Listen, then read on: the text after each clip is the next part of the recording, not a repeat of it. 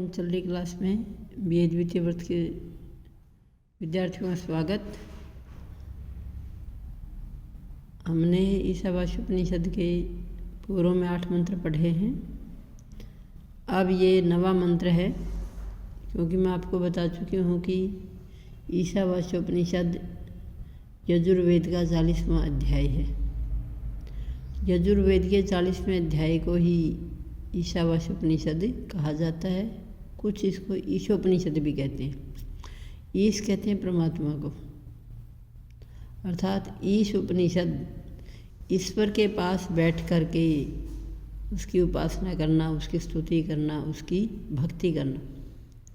और इसमें जो 18 मंत्र हैं वो सार्वभौमिक, सार्वकालिक और सार्वजनीन हैं।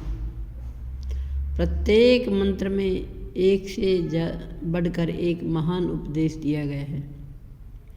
9वां मंत्र है अंधन्तम प्रविशन्ति ये अविद्याम उपासते ततो भूय इव ते तमो ये वो विद्यायाम रता। इसका प्रसंग है कि संसार में 2 प्रकार के मार्ग हैं। एक को ज्ञान मार्ग कहा जाता है और दूसरे को कर्म मार्ग। इस उपनिषद में इस मंत्र के माध्यम से इस सब प्रकार की ऐषणाओं को त्याग करके, सब प्रकार के लालचों से ऊपर उठ करके ज्ञान निष्ठा का वर्णन किया गया है। क्योंकि इसी उपनिषद के द्वितीय मंत्र में कुर्वन्न वेह कर्माणि में कर्म की महत्ता पर बल दिया गया था। और ये उन अज्ञानी और जीवित रहने की इच्छा वाले व्यक्तियों के लिए हैं जो कर्म तो करते हैं लेकिन विचार के साथ नहीं। कर्म निष्ठा के साथ साथ ज्ञान निष्ठा का भी उतना ही महत्व है।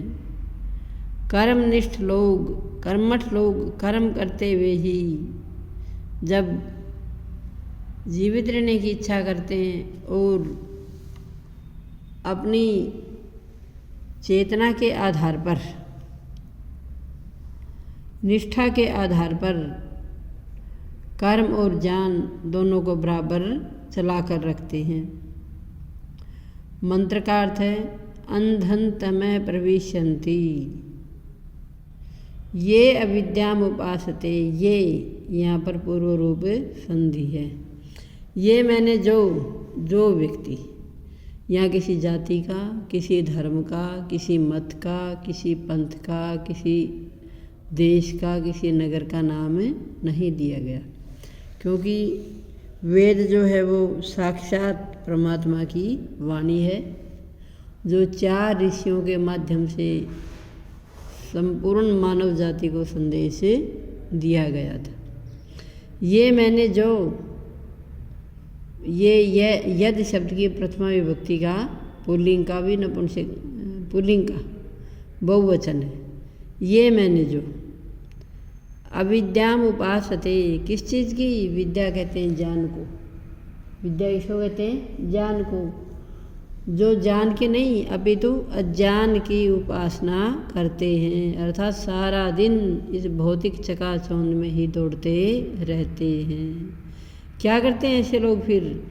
अंधन्तम प्रविशन्ति। अंधम अंधकार को कहते हैं, और तम भी किसको कहा जाता है? अंधकार को ही कहा जाता है। कि ऐसे व्यक्ति गहन अंधकार में प्रविशन्ति, क्या कर जाते हैं? प्रवेश कर जाते हैं। कौन? जो व्यक्ति अज्ञान की उपासना करते हैं, जो व्यक्ति ज्ञान अज्ञान इन दोनों में भेद नहीं कर पाते हैं। और फिर आगे कहा मंत्र में ततो भूय इव ते तमो, ते मैंने वे लोग, अर्थात ऊपर की पंक्ति में कहा गया कि जो व्यक्ति अविद्या की, अज्ञान की उपासना करते रहते हैं, अर्थात अपने ज्ञान को बढ़ाना नहीं चाहते, केवल भौतिकता में ही रमे रहते हैं। आत्मा क्या है, परमात्मा क्या है, मेरा उद्देश्य क्या है, इन सब बातों को भूल करके केवल मात्र जो इस मायावी दुनिया में ही सब कुछ बढ़ाने में जिनका बल लगा रहता है ऐसे लोगों के लिए कि वो तो केवल मात्र अंधकार में, गहन अंधकार में प्रवेश करते हैं। गहन अंधकार में प्रवेश करने से अभिप्राय यहाँ पर कि बार बार जन्म मरण के इस आवागमन के चक्कर में ही पड़े रहेंगे। ते मैंने वे, अर्थात वे लोग, तथा मैंने और भी अधिक, भूय इव, और भी ज़्यादा, तमह प्रविशन्ति, क्या करते हैं, गहन अंधकार में प्रवेश कर जाते हैं। कौन? यह, क्योंकि वेद में कुछ विभक्तियों का लोप हो जाता है, कुछ भिन्न होती है। ये मैंने जो ऊ निश्चित रूप से किस में लगे हुए हैं? विद्यायाम रता, जो विद्या की उपासना करने में लगे हुए हैं, जो अध्यात्म ज्ञान की उपासना में लगे हुए हैं, ऐसे व्यक्ति और अधिक गहन अंधकार में प्रवेश करते हैं। यहाँ पर विरोधाभास सा नज़र आता है कि जो अज्ञान की उपासना करते हैं वो गहन अंधकार को प्रवेश करते हैं। ये बात कुछ ठीक नज़र आती है, क्योंकि जो व्यक्ति केवल अज्ञान में कुछ इस प्रकार की क्रियाओं में लगा रहेगा, उनका गहन अंधकार में अर्थात फंसना उचित नज़र आता है। परंतु नीचे की लाइन में क्या कहा कि जो विद्या में रत रहते हैं, जो विद्या में लगे हुए हैं, वो व्यक्ति भी क्या करते हैं, फिर उससे भी ज़्यादा गहन अंधकार में प्रवेश कर जाते हैं। कहने का अभिप्राय क्या हुआ कि जो व्यक्ति केवल मात्र दिखावा करते हैं, केवल मात्र दिखावा करते हैं और वैसी क्रिया नहीं करना चाहते, उनके लिए वेद कहता है कि वे केवल बगुला भक्ति की भांति उसमें लगे हुए ही नज़र आते हैं, लेकिन लगते नहीं हैं। ऐसे व्यक्ति क्या करते हैं, और भी ज़्यादा गहन अंधकार में प्रवेश कर जाते हैं। इस मंत्र में कुछ शब्द दिए हैं व्याकरणात्मक, जैसे प्रविशन्ति, ये प्र उपसर्ग है, विष धातु इसमें, लट लकार के प्रथम पुरुष का बहुवचन है। ये यद शब्द है, ये यद शब्द की पुल्लिंग का प्रथमा का बहुवचन है। अविद्या, न विद्या अविद्या, द्वितीय तत्पुरुष। उपासते, यहाँ पर उप उपसर्ग, आस धातु, लट लकार प्रथम पुरुष, यह आत्मनेपदी धातु का है। ततः, यहाँ तत् शब्द है और तहसील अव्यय के साथ ततः शब्द बन जाता है।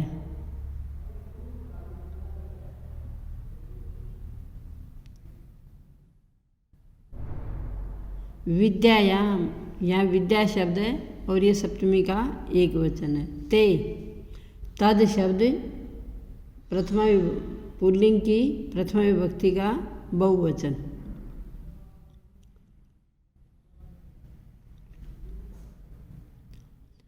इस प्रस्तुत मंत्र में विद्या शब्द अर्थ और इसके संबंध में जो वर्णन किया गया है, अर्थात विद्या कहते हैं ज्ञान को, विज्ञान को, परा और अपरा, इन दो विद्याओं के अतिरिक्त किसी किसी शास्त्रकार ने विद्या के 4 प्रकार भी माने हैं। अर्थात 2 तो विद्या मानी ही मानी है, परा विद्या और अपरा विद्या। यह है वैदिक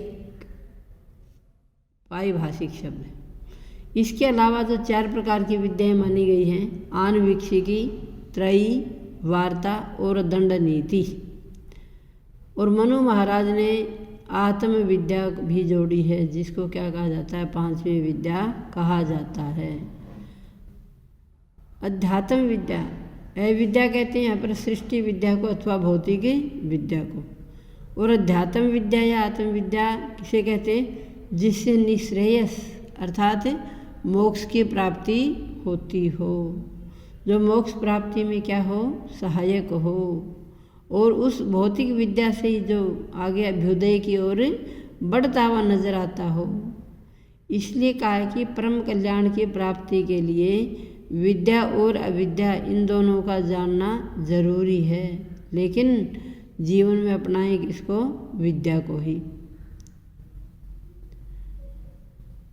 तो इस मंत्र के माध्यम से हमें यह संदेश दिया गया कि मानव को विचार करके केवल इस भौतिक संसाधनों के जोड़ने में ही नहीं लगा रहना चाहिए, अपितु उस ईश्वर ने जो हमें सब कुछ दिया है उसको भी धन्यवाद अर्पित करें, उसकी भी कृतज्ञता प्रकट करें, क्योंकि सारी वस्तुएं हमें बना करके दी और बनाने के साथ साथ जैसे फ़ोन का, टीवी का मैनुअल आता है, इसी प्रकार से वेद रूपी ज्ञान मैनुअल के रूप में दिया कि इसके आधार पर व्यक्ति अपनी ज्ञान को बढ़ाता जाए, स्वयं का विकास करे और सारी सृष्टि के विकास करने में भी सहयोग दें। धन्यवाद।